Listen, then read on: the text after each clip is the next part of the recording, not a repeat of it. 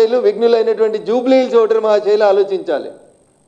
రెండో స్థానంలో ఉన్నటువంటి ఎంఐఎం పార్టీ అభ్యర్థిని పెట్టకుండా లోపాయికారికంగా ఏమేం బెనిఫిట్స్ కోసం కాంగ్రెస్ పార్టీతో చేతులు కలిపిందో చెప్పాలి. లేకపోతే ఢిల్లీలో పోటీ చేస్తారు, మహారాష్ట్రలో పోటీ చేస్తారు, ఉత్తరప్రదేశ్లో పోటీ చేస్తారు, ఉత్తరాఖండ్లో పోటీ చేస్తారు, తమిళనాడులో పోటీ చేస్తారు, జార్ఖండ్లో పోటీ చేస్తారు. ఇన్ని జాగాలలో పోటీ చేసే సత్తా ఉన్న ఎంఐఎంకి వాళ్ళు పుట్టిన భాగ్యనగరంలో పోటీ చేసేందుకు క్యాండిడేట్ లేడా సార్? పైసలు లేవా? ఎందుకు పోటీ చేస్తలేరు?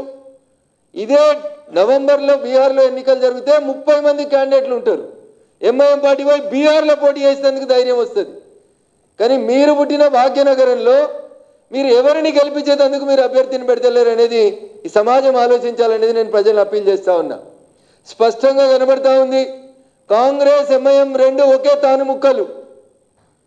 కాంగ్రెస్ ఎంఐఎం కలిసి ఉమ్మడిగా జూబ్లీ హిల్స్లో భారతీయ జనతా పార్టీ అభ్యర్థి గెలుపుని అడ్డుకోవడం కోసం చేస్తున్నటువంటి కుట్రగా దీన్ని ప్రజలు అర్థం చేసుకోవాలి. దాంట్లో భాగంగానే ఈ కబ్రస్థాన్లో పంచాయతీ వస్తూ ఉంది.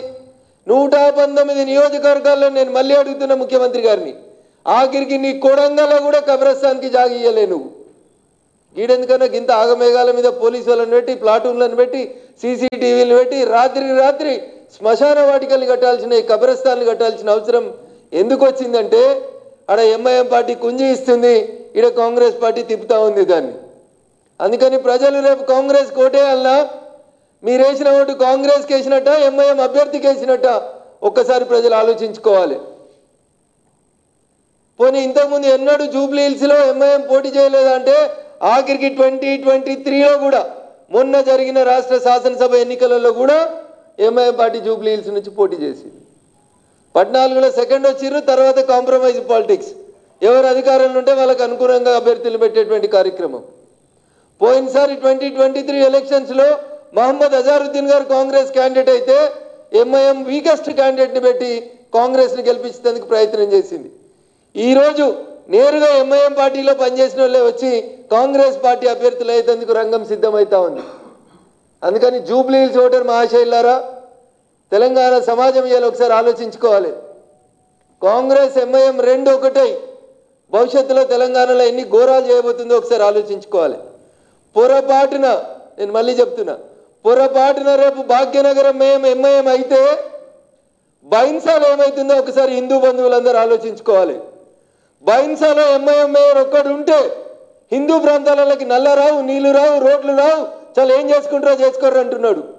ఒకవేళ రేపు పొరపాటున అదే దుస్థితి భాగ్యనగరానికి వస్తే ఒక్కసారి ఓటేసే కంటే ముందు దయచేసి ప్రజలందరూ ఆలోచించుకోవాలని అప్పీల్ చేస్తా ఉన్నా. ఏదో ఓట్లు వచ్చినాయి కాబట్టి బీజేపీలు పోయి సమాజాన్ని విడగొడతారు, మతాల పేరు మీద విభజన చేస్తారు. చెత్తవాగుడు చెప్పేటువంటి చెత్త పెద్దలకు అందరికీ కూడా ఇదే సమాధానం.